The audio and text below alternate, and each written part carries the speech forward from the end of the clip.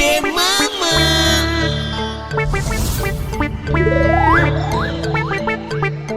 ও গুলটে মামা। গুলটে মামা, ও গুলটে মামা, তিল তিল তিল তিল, তিল তিল। ও টেল টেল, আমাদের বলতে বলছে ভেন্ডি। মানে বলছি যে তুমি সেই তখন থেকে কি এমন ভাবছো গো? ভাবছি যে সারাটা জীবন আমি একইভাবে বসে বসে বসে বসে ও বুঝেছি বুঝেছি, কিছুই করতে পারলে না, এখন আফসোস করছো তাই না? হোয়াট? কে বলছিস কি পাচু? হোয়াট আফসোস? এই যে সারাটা জীবন বসে বসেই কাটিয়ে দিলে, কিছুই করতে পারলে না। ভেন্ডি, ফেস সামলে টক্কর বলে দিচ্ছে। ভেন্ডি, আমি এটা ভাবছি। তাহলে তুমি কি ভাবছো বলবে তো? সারাটা জীবন এইভাবে তোদের সঙ্গে বসে বসে কত কিছু করলাম। কি করলে তুমি? কত কিছু করব বলে ভাবলাম, অথচ তোদের জন্য কিছুই করতে পারলাম না। আমাদের জন্য? আমরা তোমাকে করতে দিলাম না? আলবাত, ওরে গলতপুরের জোড়া বলদ, আমি যদি প্রচুর কাজ করতাম তাহলে তোদের সঙ্গে আড্ডা দিত কে শুনি? তোরা তো একেবারে আনশিক্ষিত হয়ে থাকতিস। যা বাবা, 3 নম্বর বলদটা এখনো এলো না তো। এই ঘটনাটা কোথায়? কি জানি। ওই দেখো, বলতে বলতেই চলে এসেছে। খবর আছে, খবর আছে, খবর আছে গুলটে মামা।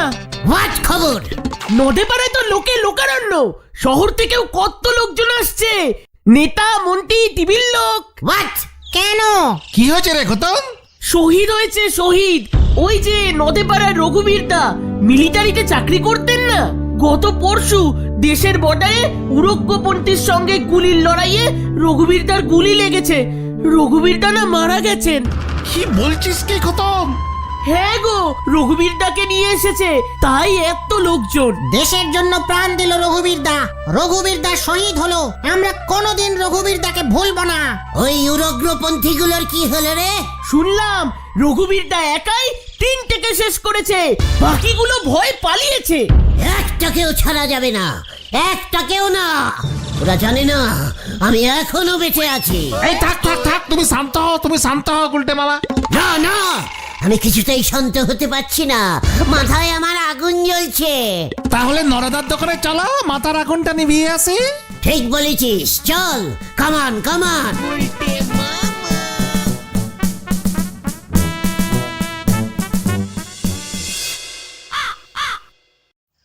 আমি যদি একবার জানতে পারতাম না যে ওই উগ্রপন্থীগুলো আমাদের দেশে ঢুকছে, তালি পরে আপনি কি করতেন গুলটি বাবু? পেটো ছাড়তাম, পেটো। মা, মা গো মা, আমারই তুলি নাও মা। দেখেছিস পাঁচু, নোরা ভয় খেয়ে কেমন মাকে ডাকতে শুরু করেছে। তবে রঘুবিদ্যার জন্য মনটা খুব খারাপ লাগছে গো। আবার গব্ব হচ্ছে। সরকার থেকে তো রঘুবীরের বউরে শুনতেছি 10 লক্ষ টাকা দিয়ে সাহায্য করেছে। না না, আরো অনেক কিছু দিয়েছে শুনেছি। রঘুবীরদার একটা স্ট্যাচুও তৈরি হবে। 10 লক্ষ টাকা? তারপরে আবার স্ট্যাচু?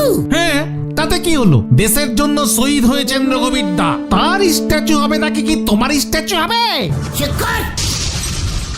জানিস আমি এর আগে কতবার শহীদ হয়েছি? মা, মা গো মা, আমার এবার নিশ্চিত করে তুলি নাও মা। এই সব তুমি কি বলছো গুলটে মামা? তুমি শহীদ মানে জানো? আমাকে শহীদ মানে শেখাস না, রাগে আমার সারা শরীর জ্বলছে। ইস, রঘুবীর একবার আমাকে বলতে পারলো না। তাহলে তুমি কি করতে? এই শহীদ গুলটে গুহ থাকতে কোনো উগ্রপন্থী বাঁচতে পারতো না, কেউ বাঁচতে পারতো না।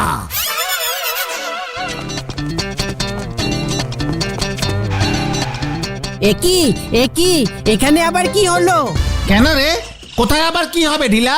ওদিকে লুচির দাদু তো পটল তুলতে বসেছে। তিনি তো অনেক দিন ধরেই পানিতে কষ্ট পাচ্ছিলেন গো।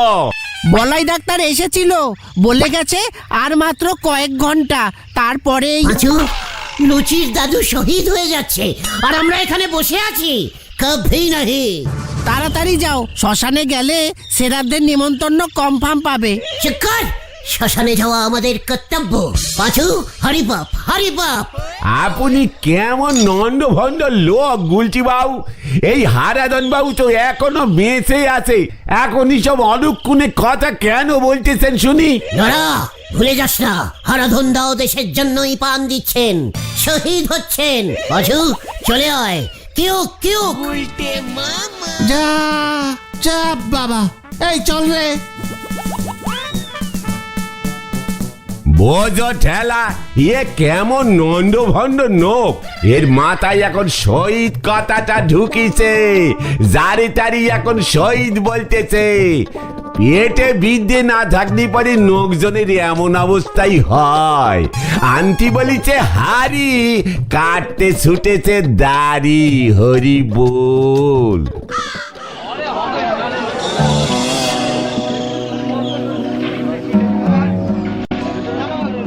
কোথায় কোথায় হারাধন দা গো, এ কি তোমার হলো গো?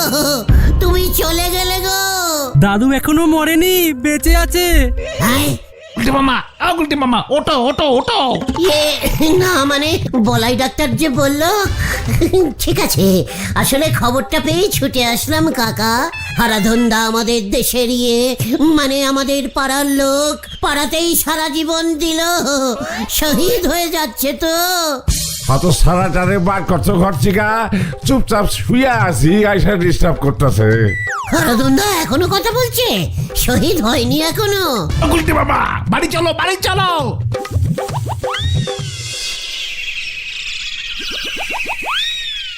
যত সব খেলটা বুলাস। আমরা হারাধনদাকে লাশ সম্মান জানাতে গেলাম, এমন ভাবে অপসম্মান করলো। আরে গুলটে মামা, ঠান্ডা মাথায় শোনো, যারা দেশের জন্য মৃত্যুবরণ করেন তাদের শহীদ বলে, যেমন রঘুবীর দা। আর হারাধন তো বয়স হয়েছে, অনেকদিন ধরেই শরীর খারাপ, তাও এখনো মরেনি, তার আগেই তুমি ঘরে ঢুকে। সব ওই ঢিলার জন্য। ওই তো বললো যে তুমি কি শহীদ হয়েছে নাকি কখনো, যে তখন নরাদাকে বললে? চিৎকার। মানে জানিস আমি কতবার দেশের জন্য শহীদ হতে গেছিলাম? হলে না কেন তাহলে? তখন কি এত প্রাইজ দিত? তাছাড়া যেই উরগ্যপন্থীগুলো আমাকে দেখতো, অমনি সব কটা ভয় খেয়ে পালাতো। জয় গুরু। হারাধন যেন এই যাত্রায় বেঁচে যায়। এর আগেও তো 2-3 বার এমন সাইডলাইন থেকে ফিরে এসেছে। শোন, আমার কাছে ব্যাপারটা এখন খুব ক্লিয়ার। নদীপাড়ায় রঘুবীরের স্ট্যাচু বসবে, আর এই গলতপুরেও আমার স্ট্যাচু বসবে। কবে তুমি শহীদ হবে? কিভাবে হবে? চিৎকার। প্ল্যানিং করতে দে, প্ল্যানিং। সরকার তো জানে না যে এই গলতপুরেও কত বড় একজন শহীদ আছে, এইবার জানবে। হেন্ডি রে, এখনো শহীদ বিষয়টাই গুলটে মামার মাথায় ঢোকেনি। কি লোকের পাল্লায় পড়েছে রে ভাই, রঘুবীর দাই স্ট্যাচু হবে, এত লোকজন রঘুবীর দার নাম করছে, এসব দেখে শুনে গুলটে মামাও চেকে গেছে। দেখ এবার চেগে কি করে। চল বাড়ি যাই, সন্ধ্যা হতে চললো। হ্যাঁ হ্যাঁ, চলো চলো।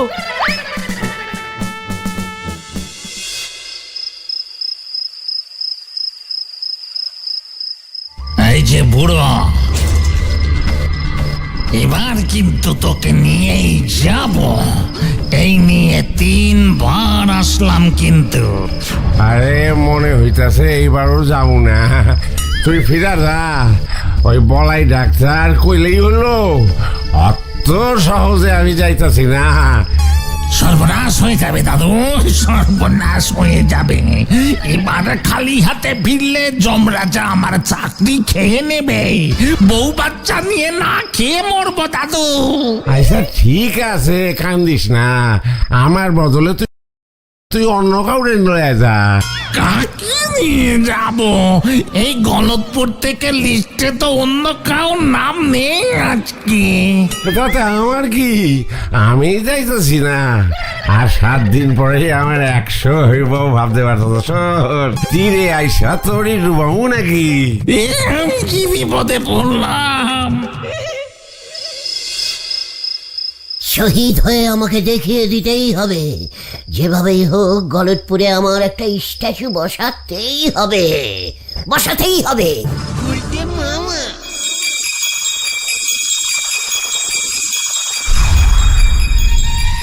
চল তাহলে তোকে নিয়ে যাই।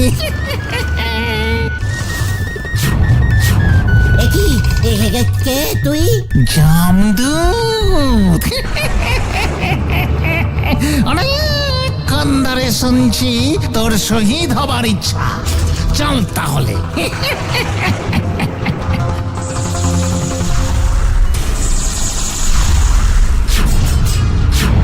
এই যে হুজুর, এটাকে পেয়েছি গলতপুর থেকে। হারাধন বাবু এবারেও আসেননি? আমি নিয়ে আসবো স্যার। খবরদার না। তুই কে পাপিষ্ট? কি ইষ্ট বললেন স্যার? স্যার ওই পাড়াতেই থাকে, শহীদ হওয়ার অনেক শখ, তাই তুলে নিয়ে এসেছি। তাই বুঝি? এত বড় সাহস তোর, শহীদ হবি? হুজুর, এ জীবনে একটা মশাও মারেনি। দেশের জন্য প্রাণ দেওয়া দূরে থাক, বেটা ভিতু খুব ভুলভাল কাজ করে, লেজ গুটিয়ে পালায় আর পাবলিকের হাতে ঠেঙানি খায়।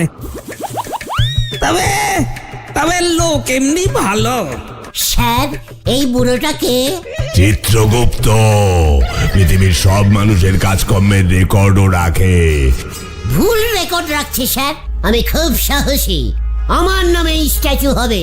স্যার চিত্রগুপ্তকে একটু করে সরিয়ে সুতলা সুলতাকে রাখুন না, টাইপ করে রেকর্ড রাখবে। সেটা আমি বুঝবো। দেখি তোর কেমন সাহস। দুটো জঘন্য উগ্রপন্থীকে যমদূতরা পাকড়াও করে এনেছে, বন্দি করে রেখেছি। বন্দুক দিয়ে উড়িয়ে দে ওগুলোকে। কোথায় বন্দুক?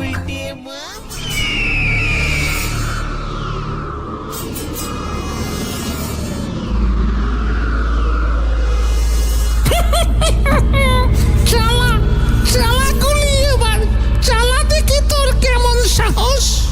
এই আমি পারবো না, এই আমি খেলবো না।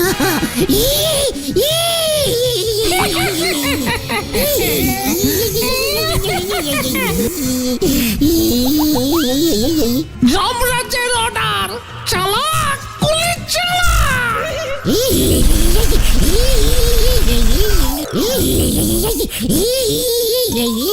আগুলটে মামা, আগুলটে মামা, আগুলটে মামা। কি তোরা? তুমি এসব কি করছো? গুলি চালাচ্ছিলাম। না মানে ওইদিকে তো বিশাল কেস হয়ে গেছে। হোয়াট? কি হয়েছে? আমাদের গলতপুরে দুজন মারাত্মক উগ্রপন্থী ঢুকে পড়েছে। কাল রাতেই মিলিটারি এসে পড়েছে ওদের খুঁজতে। বাইরে কেউ বেরোতে পারছে না। আমরা অনেক কষ্টে ঘেটুদের বাড়ির উঠোন পেরিয়ে ন্যাড়াদের সুপুরি বাগানের ভেতর দিয়ে কল পাড়ের পাঁচিল টপকে তোমার কাছে এলাম। ঘটন তো বেরোতেই পারেনি বাড়ি থেকে।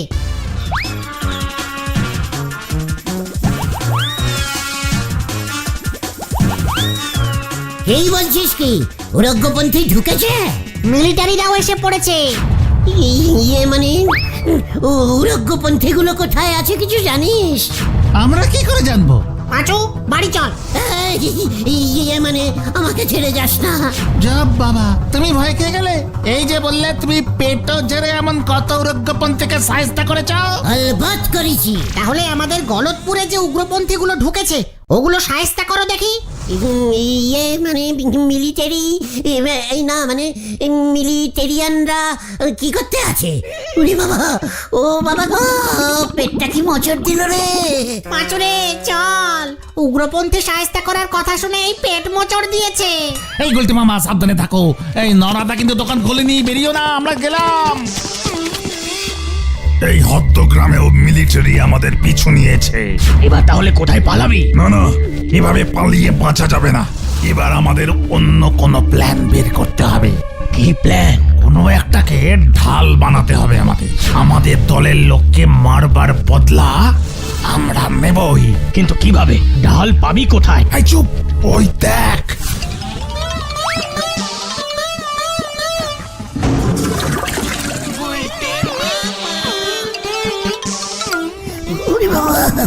ওরে বাবা, আবার মোচড়া ছেড়ে আমার চাই। পেয়ে গেছি ঢাল। বুঝেছি, ওটাই হবে আমাদের বদলার তুরুপের দাস।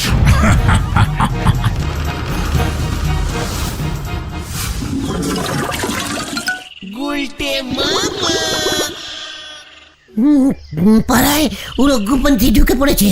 ওরে বাবা, পেটটা কি মোচড় দিয়েছে রে! ওরে বাবা রে!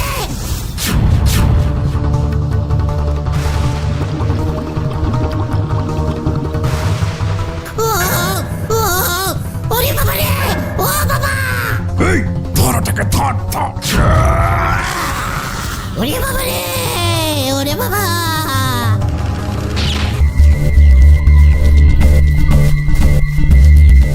তুই জানলি কি করে ঘটন? রেডিওতে খবর বলেছে, বাবা শুনেছে গুলটে গুহকে উগ্রপন্থীরা ধরে ট্যাঙ্কিতে তুলে রেখেছে। অনেক পুলিশ, পাড়ার লোকজন সবাই ট্যাঙ্কির মাঠে ভিড় করেছে। কি জানি কি হয় রে, খুব টেনশন হচ্ছে রে, তাড়াতাড়ি চল। ভগবান যেন সব ঠিক রাখেন। আমরা এই বিপদে কিভাবে বসে থাকতে পারি বল? তাড়াতাড়ি আয়, তাড়াতাড়ি আয়।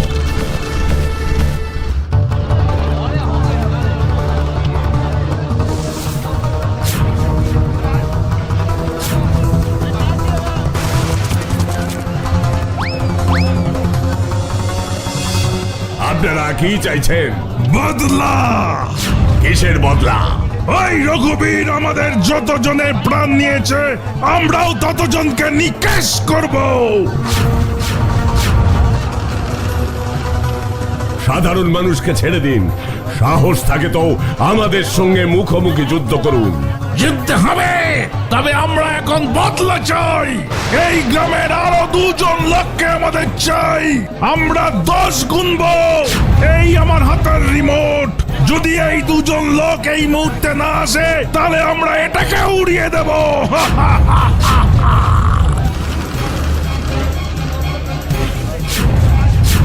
তাহলে তো আপনারাও মারা পড়বেন। আমরা মরব, তবু ধরা দেব না। আচ্ছা, ওই দেখ হারাধনদা। দেখি হারাধনদা, হারাধনদা আসছে কেন? ঠিক হয়ে গেছে শরীর? হ্যাঁ, কইতাছে রে, তোমরা আমারে ধরো, ওরে সাইরা দাও বাপু। এই, উনাকে সরিয়ে নিয়ে যাও। ভেন্ডি রে, চল আমরা ট্যাঙ্কের পেছনের দিকে যাই। ওই দেখ আরাধন দাদু উল্টে গুলটে মামাকে বাঁচাতে এসেছে। আমরা চুপচাপ দাঁড়িয়ে থাকবো? না না না না, চল চল, কিছু একটা করতেই হবে। হ্যাঁ হ্যাঁ, চলো চলো।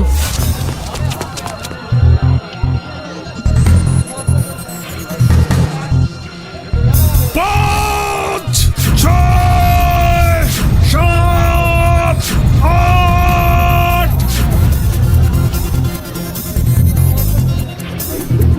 ওই দেখো,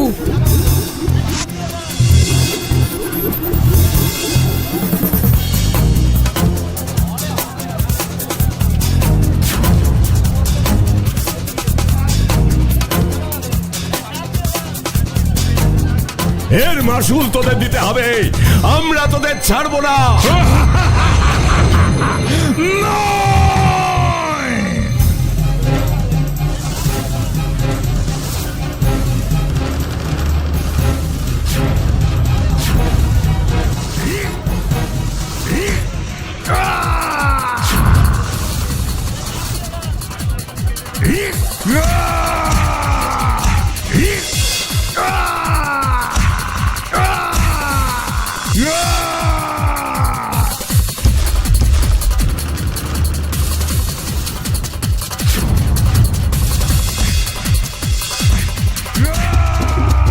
Arrest them!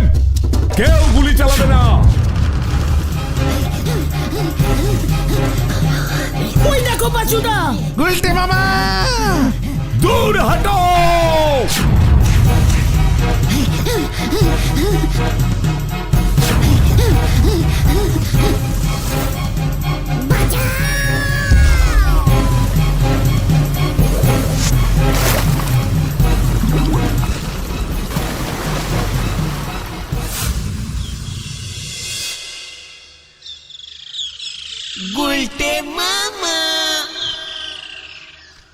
ভয়ই তোমার জ্বর এসে গেল।